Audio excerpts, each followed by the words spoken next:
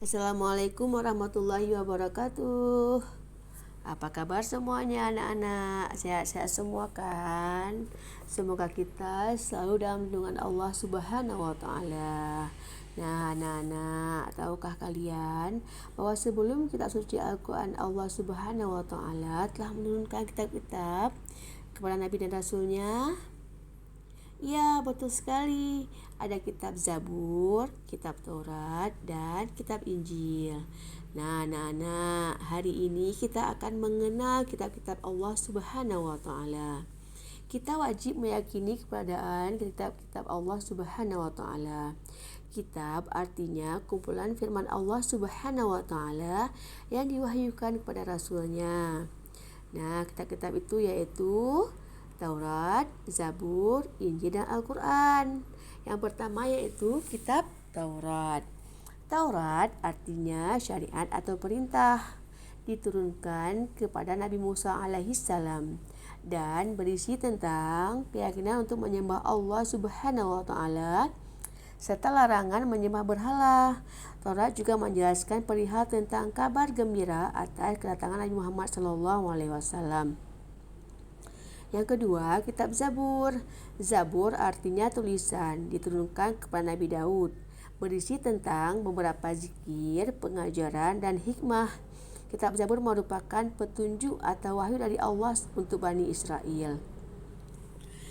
Yang ketiga, kitab Injil. Injil artinya kabar gembira.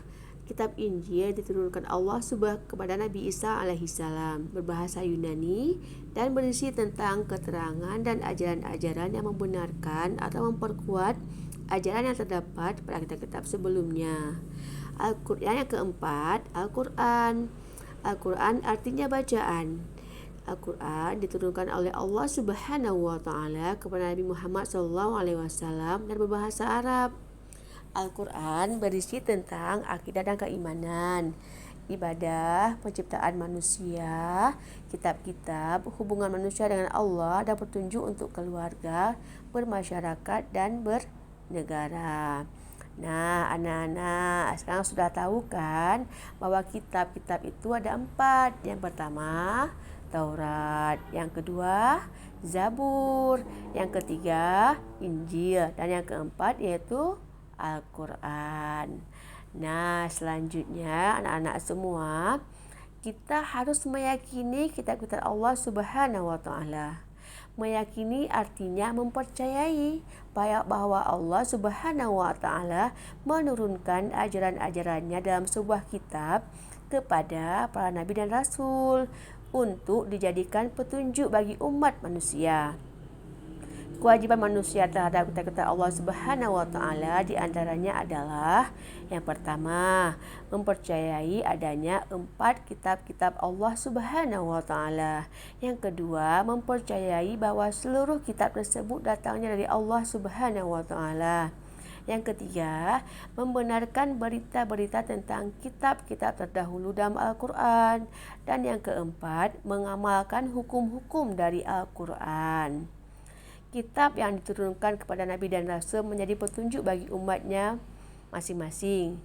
Namun setelah datangnya Al-Quran, maka seluruh umat manusia harus mengikuti Al-Quran karena Al-Quran merupakan penyempurna syariat dan ajaran umat-umat sebelumnya. Hikmah beriman kepada kitab-kitab Allah Subhanahu wa taala di antaranya adalah yang pertama, menyadari bahwa Allah Subhanahu wa taala sangat sayang kepada kita sehingga harus banyak bersyukur. Yang kedua, selalu melaksanakan perintah Allah Subhanahu wa taala dan menjauhi segala larangannya. Karena kita tahu hukum-hukum yang ditetapkan Allah Subhanahu wa taala. Dan yang ketiga, meyakinkan kita bahwa Islam adalah agama untuk seluruh umat manusia. Mengetahui kebesaran dan keagungan Allah Subhanahu wa taala melalui kitab-kitab yang diturunkannya. Nah, anak-anak, jadi kesimpulannya yaitu kita harus mengenal kitab-kitab Allah Subhanahu wa taala yang ada 4 itu. Yang pertama Taurat, Zabur, Injil, dan Al-Quran. Dan kita juga harus meyakini bahwa kitab-kitab Allah Subhanahu wa taala merupakan betul-betul kitab yang berasal dari Allah Subhanahu wa taala. Nah, anak-anak, Cukup sekian materi untuk hari ini. Ibu akhiri, Assalamualaikum warahmatullahi wabarakatuh.